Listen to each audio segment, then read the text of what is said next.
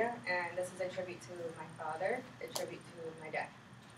To many, the meaning of a father and a dad are essentially the same. To me, the two words are far from similar. Growing up, I was always taught this quote, Padre es el que cría, fathers who raises, not who impregnates. The word father is a word with such simple meaning. It is a biological term for a sperm donor. My father was known to be a smart and kind man. Of the many things he was passionate about, his greatest love was for me, his daughter. At least this is what I was told. I remember meeting my dad for the first time. I was 5. I walked down the stairs. I could see this average-sized man standing at the bottom of the staircase, waiting for me. He was wearing an army uniform and appeared to be strong and even scary. But then again, I was always shy. He greeted me and immediately handed me a box. In this box was a game system, Sega. It was my first game system ever. Who is this man, I asked myself. I liked him already. My father was arrested and locked up since he was about 19. He did things that as a young child I could never understand. Since I was about 5 or 6, I visited him at the prison, school as he called it. When I was 9 years old, my father was finally released from prison. It was great. I no longer had to make those long road trips to visit him. Arrangements were made to see each other on the weekends. By this time, my dad has been a part of my life for the last 4 years. My mom married him and even gave birth to my sister. My dad and I had grown so close. He was amazing. He treated me so well, and he taught me new things. He taught me respect and discipline. He taught me about everyday obstacles that life hands you. Although I was young, somehow I understood it all. Being a military family, I grew up differently than most friends. We moved around a lot. Initially, as a child, I hated it, but I learned to love and value this lifestyle. To this very day, I'm still astonished at how smart and mature I was as a child. I was very well aware that I had 2 men in my life. I knew exactly who was who and what that meant. I knew at the age of 5 that my dad was superior to my father. I knew that anything I wanted or needed had to have been approved by him, my dad. Maybe it was because I was growing up in his household, or maybe it was because my father wasn't around enough for his opinion to matter, or maybe it was because this quote was embedded in me, in my mind, in my heart. My dad was my sole provider and protector.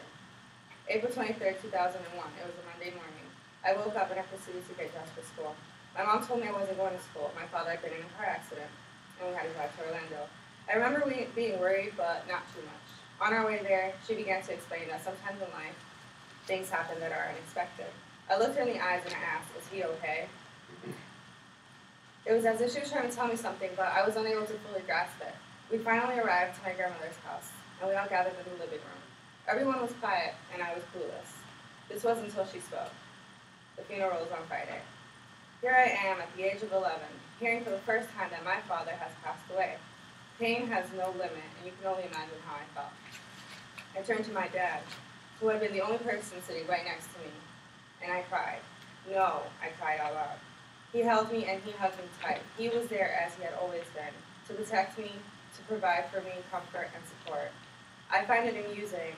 I lose my father and I turn to my dad. Although it was an unfortunate, I never saw it as a loss. I was, of course, sad and I was hurt for some time. When I was 13, I learned that my father was accused of rape, murder, kidnapping, and armed robbery. The list goes on. I was a little frustrated knowing this, but it gave me closure and it gave me strength. It was at this moment that I stopped caring, I stopped crying, and I stopped grieving. Growing up, I was constantly told that I was the most important thing to him. I was less than a year old when my father was arrested. I was 9 when he was released from prison, and 11 when he was killed. He didn't die due to a car accident. He was shot in the head while he was driving home from work. He was obviously still involved in his past, and even more so, it was more obvious that I was not the most important thing in his life. I like to believe that God tends to remove the unnecessary from our lives, and that he did. My dad has done so much more for me since the day he came into my life. He has always been there for me through the ups and through the downs. He raised me as his own. He raised me better than his own. He gave me life. He gave me opportunities that not many have. He taught me morals. He taught me the importance of the choices that we make. He pushed me to always do better than my best.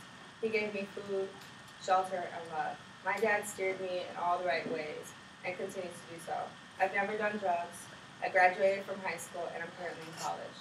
I'm 22 years old and I don't have any kids. I work full-time and I'm a full-time student. Because of him, I've grown to be the woman that I am today, strong and independent. He leads by example in work and at home. My dad is the epitome of what every man should be. We might not have the same blood or the same last name, but we have more than that. We have a relationship, a bond. We have love. This man, once a complete stranger, raised me. He is my hero. He is my dad. Any man can be a father, but it takes a special person to be a dad.